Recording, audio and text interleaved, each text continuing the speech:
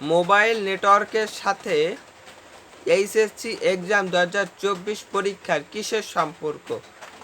কিসের কারণে? এই মোবাইল নেটওয়ার্কের কারণেই কি পরীক্ষাটি স্থগিত করা হয়েছে?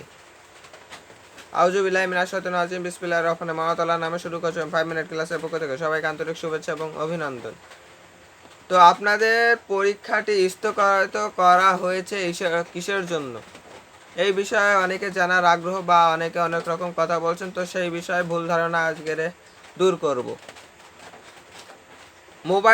মূলত মোবাইল নেটওয়ার্ক নাই বলে পরীক্ষাটি স্থগিত করা হয়েছে। তো আপনাদের আমি একটা উদাহরণই দেব।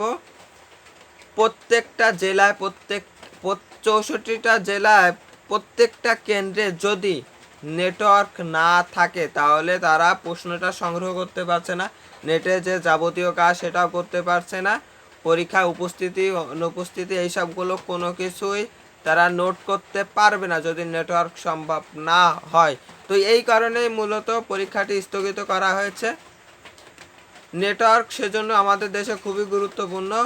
মূলত ওয়াইফাই দেওয়া হয়েছে, কিন্তু শুধু যে ওয়াইফাই হয় কিন্তু না, মোবাইল নেটওয়ার্কও খুবই গুরুত্বপূর্ণ।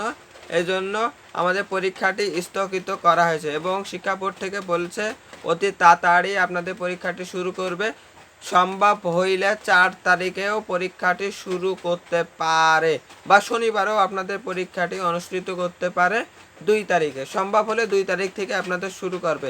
তো এই নোটিশ নতুন করে রুটিন যদি আসে তাহলে আপনাদের মাঝে প্রকাশ করব ইনশাল্লাহ। এবং আমাদের ভিডিওটি আমাদের 5 মিনিট ক্লাসের সাথে রাখবেন, পাশে থাকা বেল আইকনটি বাজিয়ে রাখতে পারবেন এবং সাবস্ক্রাইব করেও রাখতে পারেন। ধন্যবাদ সবাইকে।